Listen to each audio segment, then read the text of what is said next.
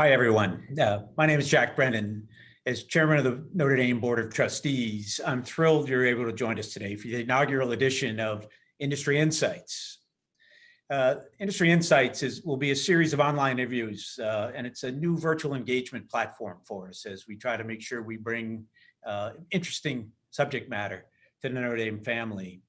And we are committed to bringing distinctive speakers within our community whose response to these challenging times is actively informing and affecting what's being called today the new normal.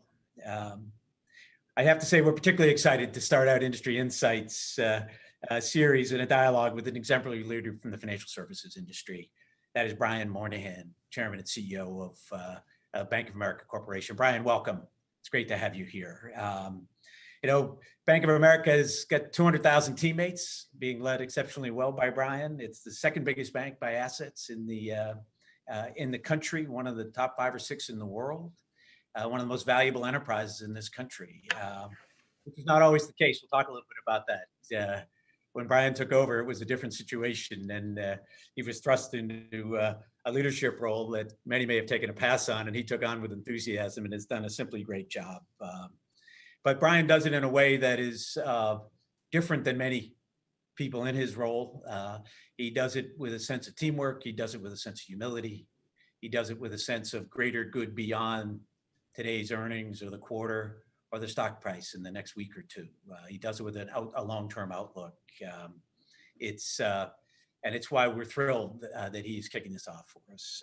So again, Brian, welcome home, if you will, because I'm not going to read your resume. You're not the type who wants his resume read and something like this. But as we said in the invitation, and our audience knows well, you're a distinguished graduate of Notre Dame Law School, and we're very proud of that fact. So great to have you here. It's great to be here, Jack, and I applaud Notre Dame for doing this, and I applaud you for taking on the duty of being the interviewer, and I'm honored to be the first person that is doing it. So thanks for having us, and it's good to see you again. And I want everybody to know you are our first call. You may not know you are our first call. The first person we brainstormed a bit about who would be interesting to have right now in this time from the family, and the consensus was Brian Moynihan. And I want the audience to know you said yes without flinching. It says a lot about your love for the university, which goes deep, I think. Your grandfather and your uncle both ND grads. Am I correct? Yeah, my mother's side, both my grandfather and my uncle. So my grandfather was in the Rockney era, and my uncle was in the not so successful era before the football team got good again. So in the late 50s, whenever it was. So. And by all accounts, you had a great time at Notre Dame Law School. Found it to be a tremendous part of your education. Yeah, it was. I think we learned a lot, and we did a lot of good things, and the classmates I met there are still good friends and are out doing very successful things, even though we probably we're both studied hard and made sure we did our other things as well also. Including probably playing a little rugby while you were here. Yeah, the rugby team was a great group of guys there, and we had a good team, actually, and they're a much better team today. The team is they've done a great job, but it was great because actually one of the things as a law student, it gave you a chance to connect with the undergrads, which was fun because we're a small law school, and that was great to have a chance to meet lots of other kids, from freshman to senior, and learn about them and learn about the school from their perspective.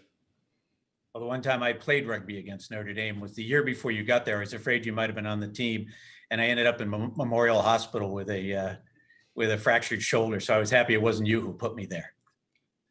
I want to mention one other thing before we get to the Q&A. You may not be happy what I'm about to mention, Brian, but I'm going to mention it anyways. After we invited you and you accepted, something that I consider really big happened, and that is Chief Executive Magazine selected you as the Chief Executive of the Year for 2020, and I want our audience to know that.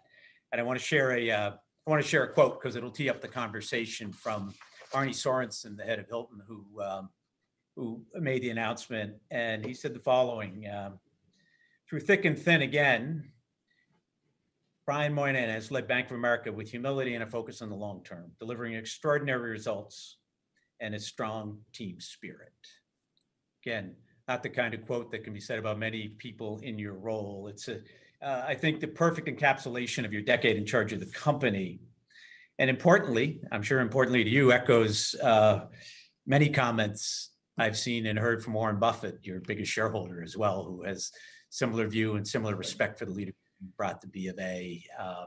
And so congratulations, another reason for us to be proud of you, and a high, really well-deserved honor. It's tremendous. So listen, we have a ton of things we could talk about. I wish we had 3 hours. We don't.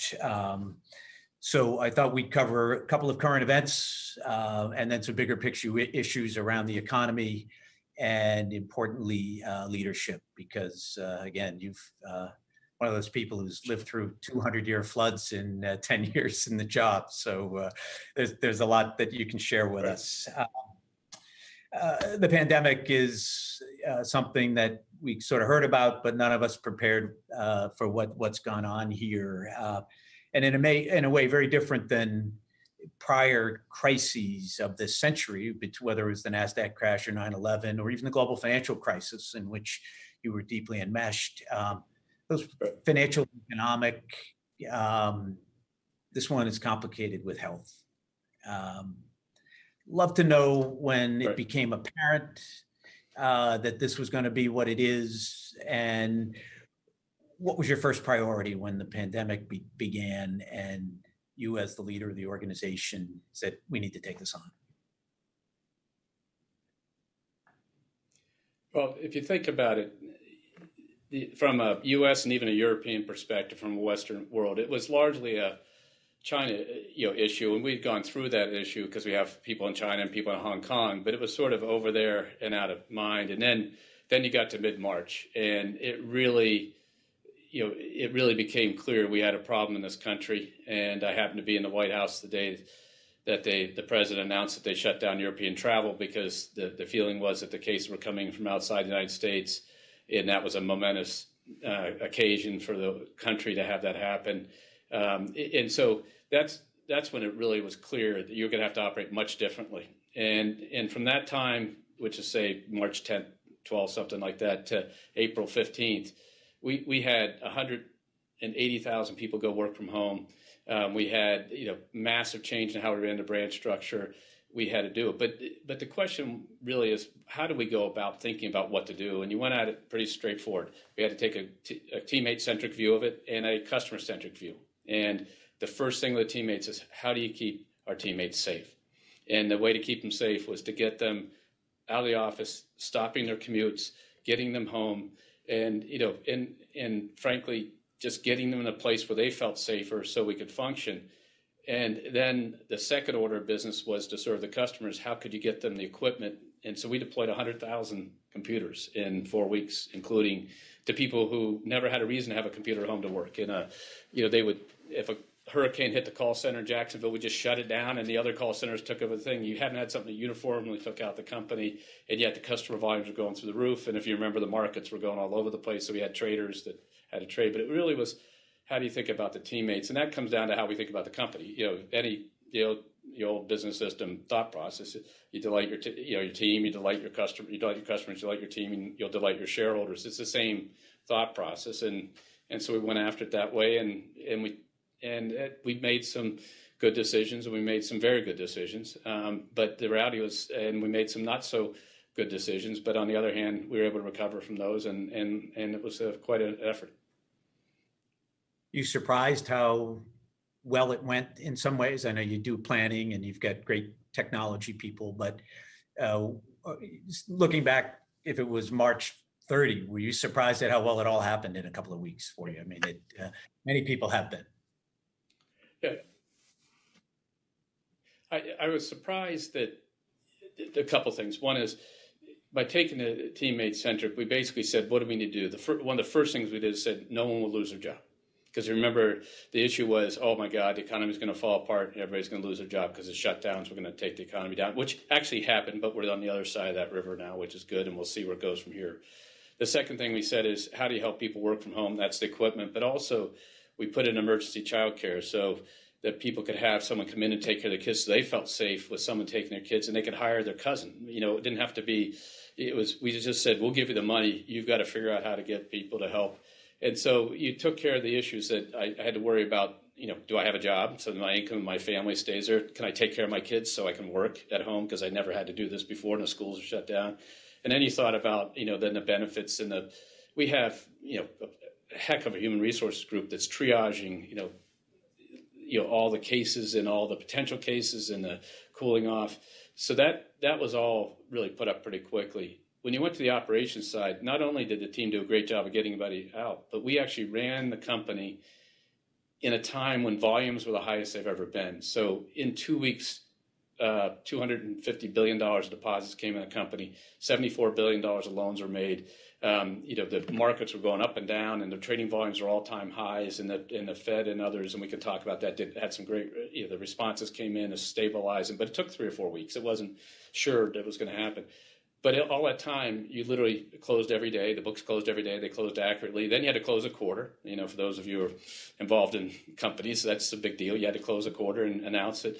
And so it was a pretty wild time. And yet I always knew we had good resumption plans. I never thought we'd have to activate them quite this way.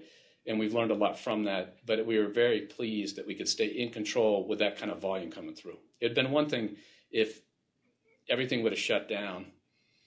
So you mentioned 9/11. After 9/11, the markets literally shut down for a few days. That didn't happen here. The markets happened every day. The banking system operated every day. We never closed as a company. We were in complete operations every day. And so the idea of being able to make that transition while you're doing that kind of volumes of activity was really spectacular, and managing the risk and everything that we have to do. It's coming up on 5 months. People hanging in. How's morale in a sense? The sugar high of let's get through this is one part of it, but how's morale, do you think? And do you think it's sustainable? Are people in a rhythm now? And I'd say more broadly beyond B of A, but just you know that best, obviously. So let's think about it. A couple things. One is we're going to find out. We take an employee survey every year, and it's finished now, and 90% of the people fill it out. So I'll know in about 2 weeks, what the scorecard is. But I think the teammates in society have adjusted to the method of operation. So this is a healthcare crisis, and the thing I've said since the first time I was asked about it is, don't forget this is a healthcare crisis and a humanitarian crisis. We have to keep people safe, and we have to help heal the people that get sick here. Do not get confused that this is an economic crisis, because if you fix a healthcare crisis, the economy will take care of itself. And that's what's starting to happen. As a healthcare crisis, even though we're having parts of the country which have higher case counts and things like that, but as a healthcare crisis is easing and the treatment regimens are better and the potential vaccine is out there, you're seeing the economic crisis start to heal. And so we got a lot of room ahead of us on that. But the reality is we're much better off than we were in April. May was better, June's better, and July's been better. And now the question is where the path is. But the debate isn't, we're talking about going back. And so it's really curing the healthcare crisis. So nobody should forget that. And I think that's one of the keys that people got confused by, is they got caught about the markets, but the markets reflecting the healthcare crisis and the uncertainty of the outcome. So the key here is to have thought it through. The problem with that, though, is the duration is much longer, and that goes to the morale question. I think the morale is strong. I think our teammates are happy, but there you are sitting in Cape Cod, and you probably you haven't traveled since March. That is a very unusual event for you. You may be happy about that or not happy about that, but it's very unusual, and people are tired of unusual, not being able to go out to go to a movie, go out to dinner. And so what I see in society is a can't this just be over attitude that's developed. Yet you've seen people change their behavior fairly dramatically. And for a while it was kind of interesting and fun, but now it's, they're used to it. And so their behaviors of spending and stuff are coming back. The spending's growing back and things like that, but it's on different things. And so I think we need to get more of this behind us, just for consumer confidence and morale and society to stay higher, because we have a wonderful society in America. People are free to do a lot of things, and when they can't do things, they're fine with a while, but it has been 5 months, and people are saying, God, can I please go out to dinner instead of a normal restaurant? Or can I please go to a movie and see a movie in the theater as opposed to home? And while we all believe in all these substitutes for it, people are social beings and they want to get out and enjoy themselves, and that's what we're up against. So the view is that's why we have to be very careful how we operate now from a healthcare situation to keep everybody safe, because the faster we get the R not down and down and down, the more we can get back to more normal things, and yet we gotta work ahead of us in that regard. Last question on this one. You said the Fed and the Congress and the Treasury reacted. It took a little time, but point to point, things hit a bottom and bounced back. Do you have a rating for the governmental response to this? Don't cross any line you shouldn't, but I'd just be interested as someone who's deeply enmeshed in it. Yeah, I think when people think about a response to crisis, you have to think about this one really required aggressive action on both the fiscal side and the monetary side. And so to decipher that for the people may not spend as much time talking about Federal Reserve and things like that. The monetary side means interest rates and liquidity in the markets and things like that. The fiscal side means, unemployment benefits and the stimulus checks and PPP, the Paycheck Protection Program, those types of things. And so I think the government did an excellent job on both sides. The Fed stepped in and stabilized where they had to stabilize and put the liquidity and the promised liquidity. And one of the great debates now we are in here at the end of July is, well, this program didn't get used that much, or this program may not be used. But you're saying that's great news. They shouldn't be used. If they aren't used, that means that the markets are functioning and the activity is going on in a regular way. So we had the highest volume in history of high grade bond issuance in this time frame, which is terrific because companies were able to get financing and lengthen it out. And people scratch their heads, say, "How can it happen?" But it happened. The answer is it happened. So people got new, fresh money to spackle over this hole that they were going across, and that's great news. But it was the Fed's ability to stabilize the markets allowed that to happen, and they did a fabulous job. They did a better job than any central bank in the world. They did it quickly. They did it articulately. They were clear about what they were doing. On the other hand, Congress, by March 27th, passed the CARES Act. On April 3rd, we opened for business on PPP as an industry. And by 10 weeks later, $500 billion through 2 tranches has been put in people's accounts for them to pay their employees and keep them employed. That is unbelievable what happened there. And so, $500 billion and 4.5 million loans the SBA having done 40,000 loans a year or something like that. I mean, just unbelievable what the industry did and stuff. So I think what both the Treasury team did and the Fed team did are the reason why the economy went down deep and has come back. And now the question is what they do next. And the interesting question is, if you use an analogy, there's a whole bunch of industries and people on one side of a river, they got to cross the other side of it. The question is the bridge completely built? In the case of thinking about something like a dentist, they're open and operating, so the bridge is built and they're fine and back to normal.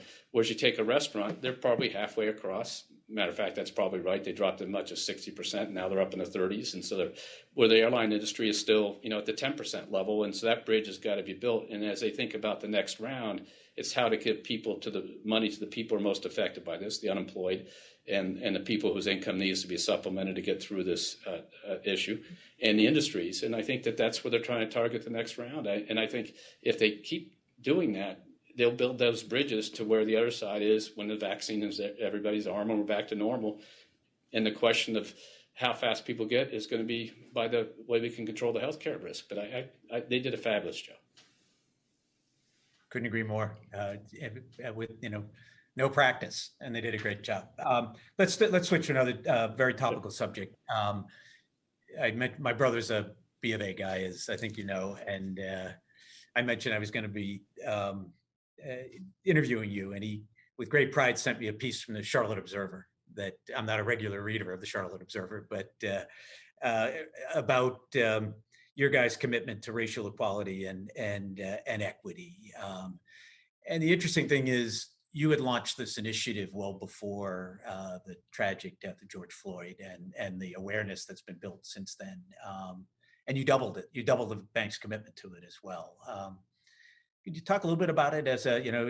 I know it's focused on health, jobs, small business, and housing is kind of where you're focused. I know it's also near and dear to your heart. So talk a little bit about it in the context of what you're trying to accomplish and how you and your teammates think about it. So, in the middle of all this, and you talk about the attitude of society, we had this deepest racial crisis in the United States since the 60s. And so when you are young kids, we read about it in the paper and we saw some of it, but this was back to that level, largely around social justice, racial justice, the difference between being black in American society and the impact of the police and criminal justice system and everything versus white, and then the economic inequality and all those issues. And it was triggered, obviously, brought to the front in the George Floyd killing and the other killings beyond that. But that, remember, this has been going on for multiple years, and there's been this constant building. It just got hard, and people and our teammates are reacted to with us just like anybody else. Oddly enough, we've been looking a lot, and so that's another part that's in the mix here when we talk about another crisis in America. This crisis is real. This crisis is important. So but oddly enough, to your point, about a year ago, Tom Montag and Ann Finucane, who work with me in the company here, had challenged our Hispanic executive group and our Black executive group to come up with some strategies, because we were observing opportunity differences, as many people were. And there's a fellow named Raj Chetty and a fellow named Friedman, and they're some data scientists, and they've proven out this economic mobility question. And Charlotte was 50 out of 50 in that. And so the group of CEOs down there have been working hard to try to come up with initiatives. So we had some of that going on, and he came and talked at our senior leaders forum. We had some of the other evidence about, the inequality of outcomes and what could happen. We had Brian Stevenson came and talked to our senior leaders about, criminal justice issues and the over penalties and things like that. So you put all that together, and we were starting to work on it. And then this thing hit, and they came to me, and they were advancing a bit, a program which we would probably announced in the fall that was going to be X. And I said, look, if we're going to do this, we have to do it a lot bigger way. And so I said, let's double it to $1 billion. Let's do it over 4 years. And so then the program pillars they have are healthcare, which is unique to the crisis, because the double whammy here was, the healthcare outcomes of this crisis on the communities of color are more acute, in terms of hospitalization rate and death rate, et cetera. And that's just not right. And we got to fix that. And then we had reskilling and things like, jobs and, what I call 8th to 14th grade, meaning, high school through community college, and how we make sure those people come out and have great jobs. Then we had small business support. Now, we are the largest CDFI contributor to community development financial institutions, and we put $250 million more. We have 2 to 3% of deposits of the MDIs and the minority depository institution. The company is Bank of America Deposits. So we've been supporting that, but we said we need to do more there, and we probably need to do more growth capital, and we're working with some entrepreneurial sorts to think about how to create growth capital to the communities, the Latino community and African American community, and also other minority communities. And then the other is housing. And, we have $5 billion a year in housing that we finance in low and moderate income communities. But what we realize is that you need more equity and more creativity around it. And so we've done some fun and interesting things in Charlotte with a group of companies where we raise more of more risk equity that you can put on top of the regular way financing. And those were examples. So $1 billion across those 4 pillars.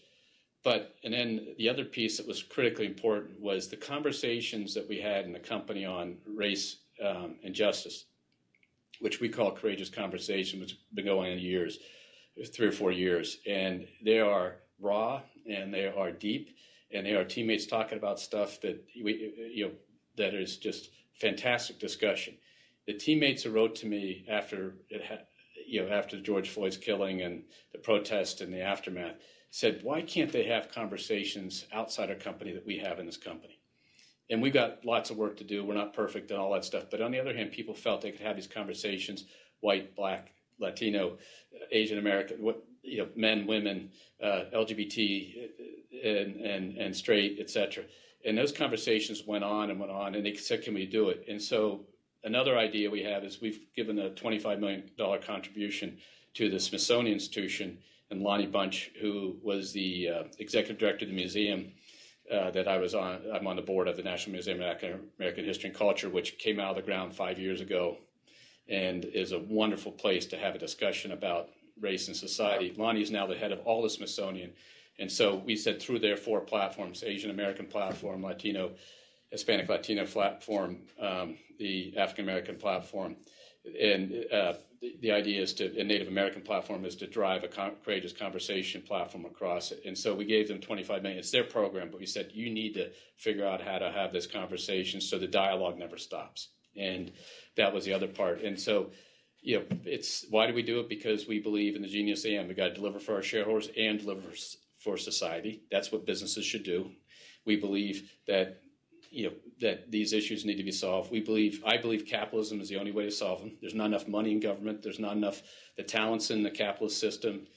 But you have to train aim capitalism's gun at the problem and get CEOs and senior executives and companies to commit to solve it. And then I believe that the conversation around race can't die. And it was an interesting interview I did at CNBC right after he announced this, and Becky was asking me questions, and she didn't mean this the way it sounded, but I caught it because she asked me at the end of it. She said, when this dies down, it was sort of switching from the conversation here to the economy. When this dies down, things will get back to normal. I said, Becky, we're not going to let this die down.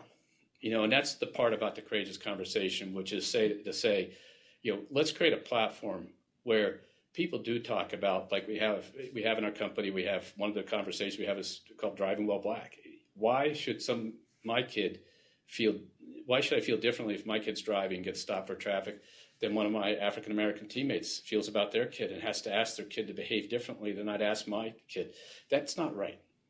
And that's a kind of understanding you want to develop so that the fabric is right to make sure the progress is made. And that's what we need to do as society. And the university has been a leader in this type of thing, going back to Father Hesburgh and many, many years, and even before that, but obviously with Father Ted and Father John and others. But people have to push this dialogue to make sure that we actually do make the progress that was a promise of MLK and John Lewis, who obviously was buried today, and those great leaders in this effort. We got to deliver on the promise, and it takes all society to deliver on it at this point. It's both a great and an admirable story, Brian, and strategy. And I assume you're getting a lot of inbound from people saying, tell me more for my company or my institution or my organization about whether it's courageous conversations or aiming in the right place. Yeah, and that's where, one of the other things I do is I'm the chair of the International Business Council, which is part of the World Economic Forum. And we've been trying to think about the Sustainable Development Goals, which are a broader group of goals in racial justice or environment, things like, and many other things. And the idea was to aim capitalism to solve those problems, because if you do the research, all the philanthropy in the world is about $1 trillion a year. You could aim it at the SDGs, you're short by $5 trillion. The U.S. government is running a big deficit, has a total budget of $4.5 trillion or maybe $5 trillion now, but doesn't have the money to spend on this, and it's the richest country in the world, and they can't. How much can they dedicate? And so it's going to take capitalism, and people express this differently, which is, some people say capitalism has to be tamed or capitalism has to be reformed, but the reality is it still is capitalism. What you have to do is align it with the progress society has to make. On economic opportunity, it is the drill. In other words, the work we've done in the Charlotte CEO group, where we sit down and say we need to get these 18 to 24-year-old kids who are underemployed new skills, and can you hire 20 if they go through this program? It has to be that much done by local community. It can't be done from some higher level, and business has to do, because we have the jobs. In other words, that's what fuels the ability to say, if you teach these skills, we'll hire the person at Bank of America. And we start at $20 an hour, so it's a $40,000 a year job plus full benefits at any job in the company. And so you're saying, if you have these skills, we can hire you. You don't have to have gone to community college or college. If you have these skills, we can hire you. That's the attitude CEOs can take. That's not the attitude, and that's how you align capitalism that will have that impact then. Great. Let me switch to leadership. Let me just ask an obvious question. When you graduated from Notre Dame Law School, I believe you went to work for a law firm, if I read your bio correctly. Did you ever think you'd end up in a general managerial role like this? And one, and two, how did ND Law School help you along your career in terms of whether it's how you think or how would you put ND Law as a set of training exercises for you into where you are today and how you think about it as a decision maker?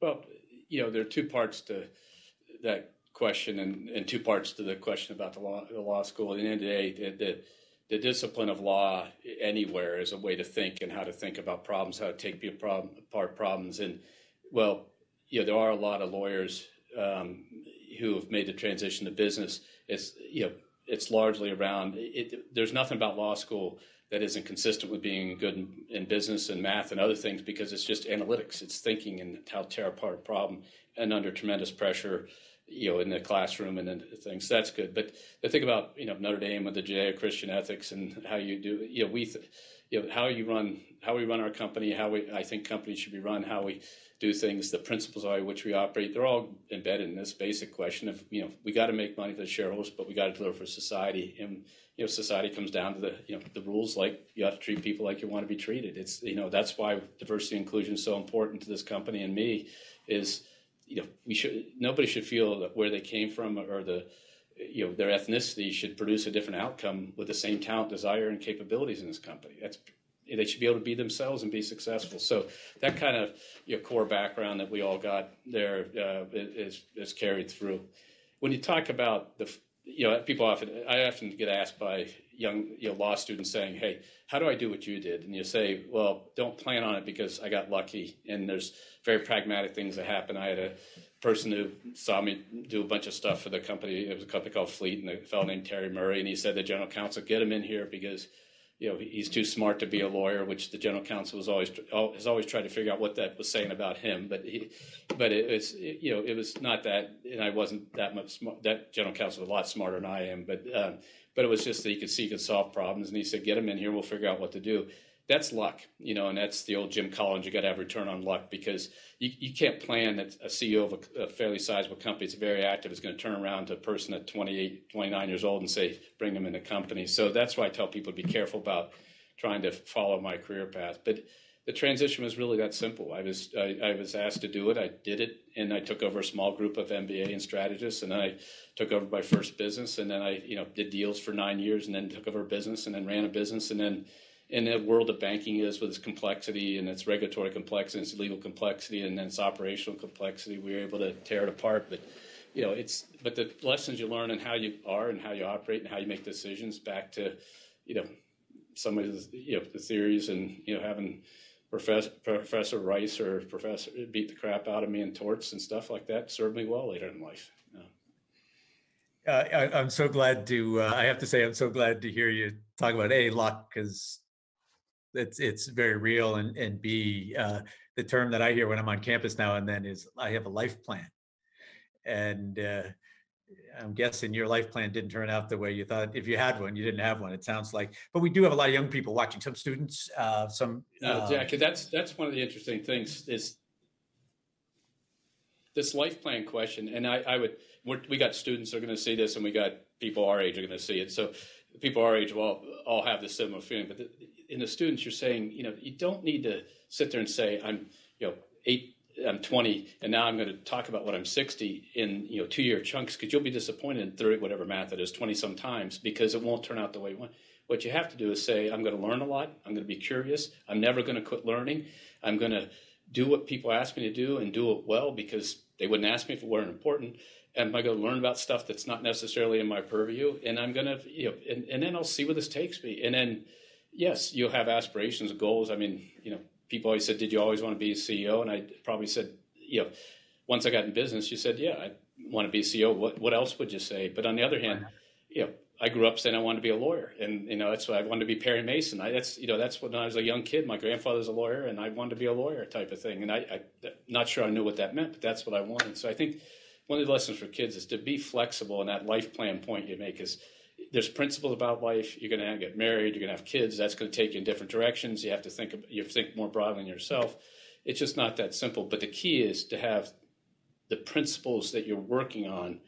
you have to learn. You have to be curious. I'd recommend a book by a fellow named Brian Grazer, who is, the great Hollywood movie. He and Ron Howard are the partners, and, they did everything with Splash to Arrested Development and all this stuff. And Brian wrote a book called A Curious Mind. I recommend all our people to read it in our company, because it's a life of being curious, and where it led him from basically a person who was supposed to go to law school and didn't, because he had the curiosity to walk in and try to get a job, and then it took him through it. And he's terrific to talk to about it. But you have to be curious, you have to learn, and get out of the question of a life plan, get in the question of a knowledge and learning and adapting plan, and life will play to your favor, I think.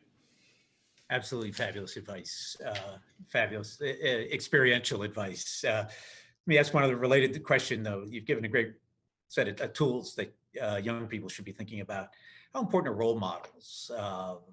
Do you think about role modeling inside B of A?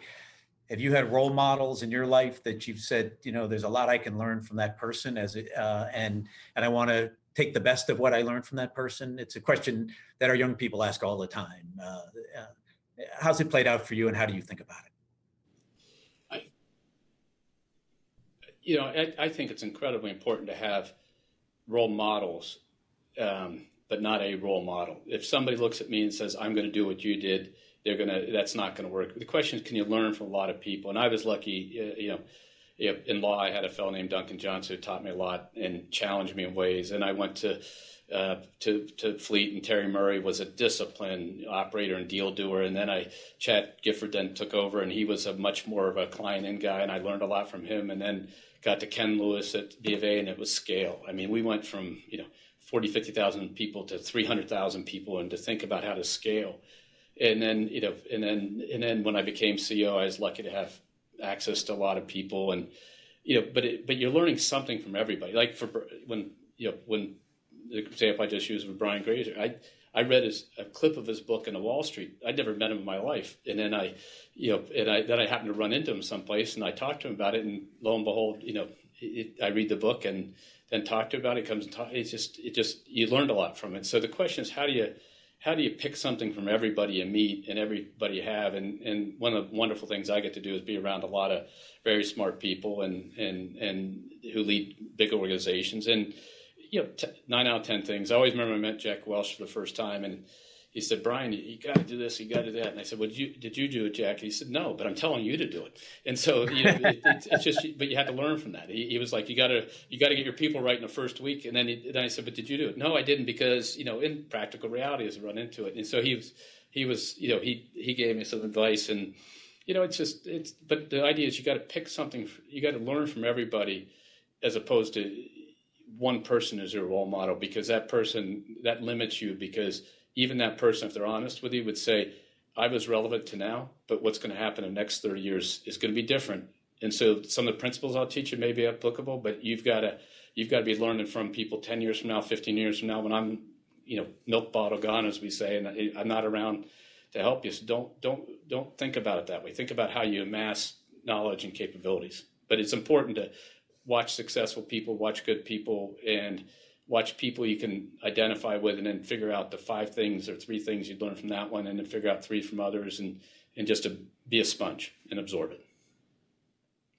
Biggest surprise in the 10 years in terms of you saw CEOs at Fleet, and then Bank Boston, then B of A. What's the single biggest surprise of being the boss? The big boss, as they say. But I think people always ask me what surprises me is in a large organization, as a CEO, and I read about this in an article like 2 weeks into being CEO. It was the fellow who was running Hertz at the time, talked about how much you have to repeat yourself. And I always look back and tell people that, and they said, what do you mean you have to repeat yourself? Can't you just say it and people do it? And you say, no, you talk about it, you get people convinced, etc. But you also got to remember, a year later, if your turnover rate's 10% of people don't even know what you're talking about. So the idea of repeating the principles by which you operate the company is surprising to me, that even 10 years in, sometimes I'll be talking to somebody and you'll just realize that you're, frankly speaking French and they're speaking English, and you sit there and say, wait, I got to ground you, Because in those principles and how we operate the company, and this principle we call responsible growth, or set of principles we call it responsible growth, is the grounding for how we make decisions.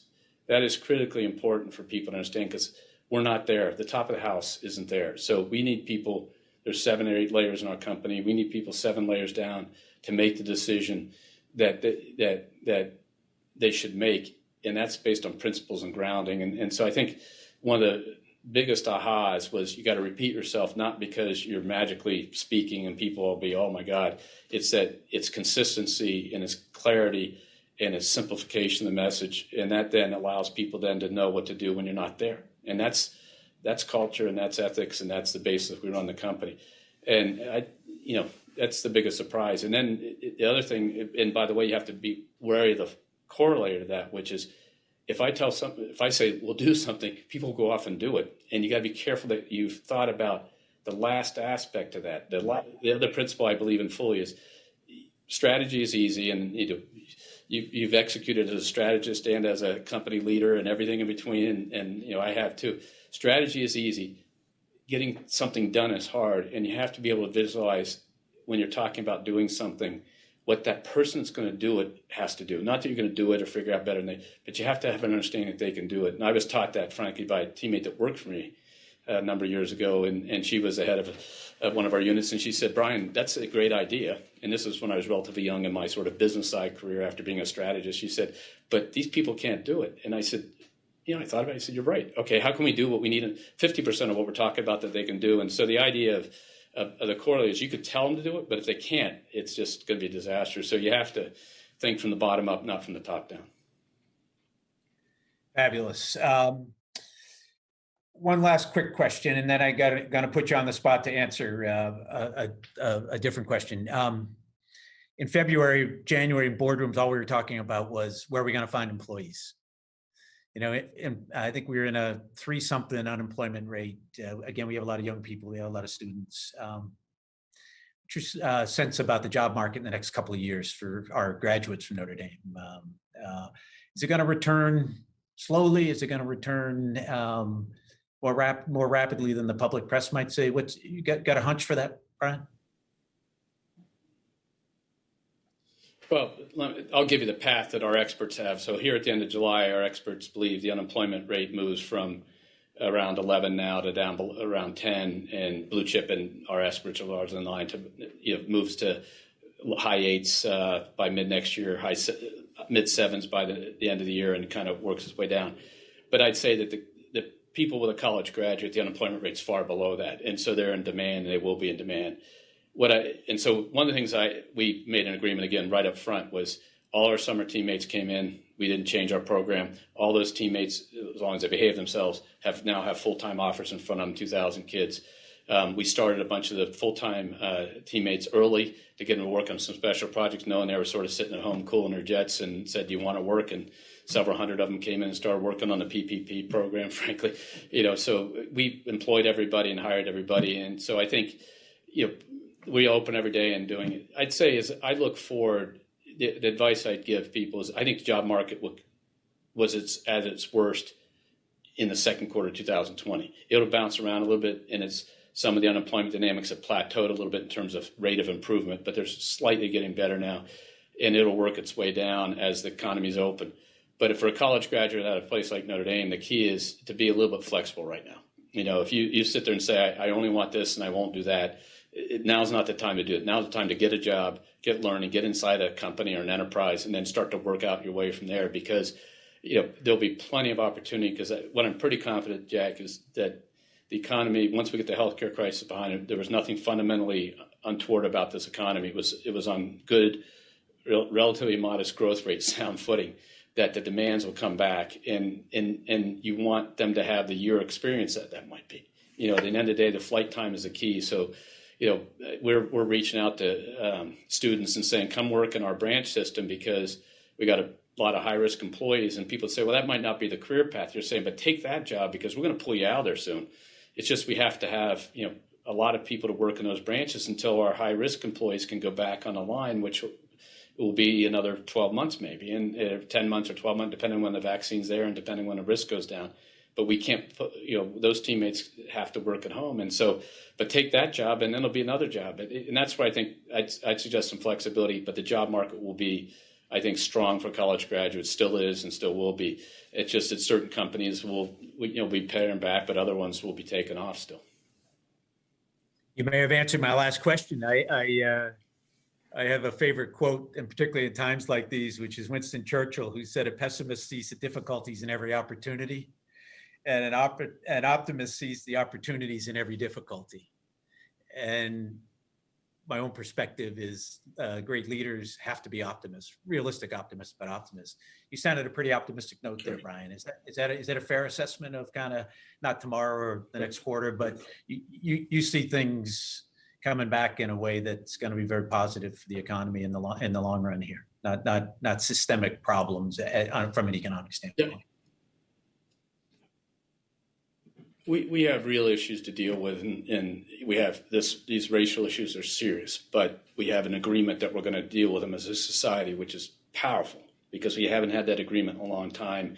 They've been lurking back there, and now we got agreements, and so that's good. I think we have agreements that we've got to be better for the planet in terms of the environment and things like that. That's gone from being, 50 years ago in the reign of people who were sort of, banging on it from Earth Day, 50 plus years ago to now. It's a core tenet of we're carbon neutral this year, and many people are also. So, those are agreements. And I think there's agreement about we got to make sure capitalism works well for everybody. As Mr. Buffett says, there's going to be fallout from this great system, and we got to make sure the people fallout are taken care of. And that's the way he approaches it. So I think, all that gives me optimism because you have a business community and a capital, that's driving this, that understands that they've got to balance the Business Roundtable statement about stakeholder capitalism, the IBC working on metrics to measure the broader measures of capitalism. That always gives me optimism because in the end of the day, capitalism will solve these big problems. Now, that what we see in the economy is that it corrects itself and it keeps, with the worst quarters behind us, it gets incrementally better. That's what our technical experts say. But I think at the end of the day, I'll close with something I said in Davos this year when people were all sort of pessimistic. I said, for a different reason, frankly, because COVID was not talked about then, that if you look at 1969 in America, and then think about 1969, 1970, 71, 72, and think about what went on from the racial situation was just unbelievably in an unbelievable mess. And Martin Luther King and Bobby Kennedy were killed within a year of each other, then within months of each other in the same year in 68. Then you had 69, and then you had 70, and then you had Kent State, and then you had the oil embargo, and then you had Nixon leaving office, and you had, under threat of impeachment. You had every mess you could have. And we employed twice as many people in this country as we did in 1969. You had the advent of computers that were going to wipe out all the jobs. There were 70 million people working, now there's 150 million people working. So if we let the spirit of America and the capitalism and the talent, and we fix immigration so people can come in this company freely and drive the ingenuity that they've helped us bring, and we think about this company and this country in the way we do it, we can do anything. And so you've gone from 70, 80 million people to 150 million people working. Even with a fall off in unemployment, there's still about 135 to 140. You've gone from an economy which was a few $1 trillion to the largest economy in the world. Even after the great financial crisis, your economy is flat. The United States doubled, or was up from 12 to 20 trillion. This is a powerful engine, and so the optimism in it. Now we have to train it, guide it, so it takes care of the racial inequities as opposed to exacerbates them, and takes care of some of these issues. And so that's why I have optimism out in the United States is we've solved these problems before. We just got to solve them better this time. And we got the tools and conditions and capabilities and talent and educational system and all those things to do it. And I think we have a more uniform commitment that we're going to get this right. And that's what we got to do. It's a great way to close. You set the bar pretty high for industry insights, for whoever has to follow you, Brian. This has been fantastic. I do want to be respectful of your extremely valuable time. It's been absolutely great conversation. I feel privileged to be part of it. I hope you appreciate how proud we are of you as an ND graduate and the way you lead B of A. Well, thank you. It is something that is a great source of pride. It's It's a great institution. And Well, Notre Dame thank is you, great. Jack. And it's, it's a pleasure to see you again, and a pleasure to do this for Father Jenkins and all of you. And it's a great institution, and I'm proud to have it in my. I graduated from law school many years ago now, but it's still. And above all else, thank you for doing this. And I have a group of 210,000 teammates who do a great job, and I just get to sit around and marvel at it every day. So, and they get all the credit for the work we've done. So thank you. One of the things we do traditionally is we close with a prayer. And one of my teammates in South Bend wrote a beautiful short prayer topical for today. So I hope you'll join me and all of us together. Sure. Let us pray. Lord, thank you for your presence today and for staying by our side in these times of continual challenge. We ask you for your blessing on those who have been affected in any way by the global pandemic and associated economic crisis, and to especially remember those families who are living with additional fears in light of this period of heightened social unrest and concern. As we approach the beginning of a new and most unusual academic year, we also pray for the safety and continued well-being of Notre Dame students, faculty, staff, parents, and friends. We ask that you stay with us as we endure, persist, and prepare for our students' safe return to campus this week, and that in place of our anxieties, please give us your peace. Amen. Brian, you're the best. Thank you. To our audience, thank you for joining us. Go Irish.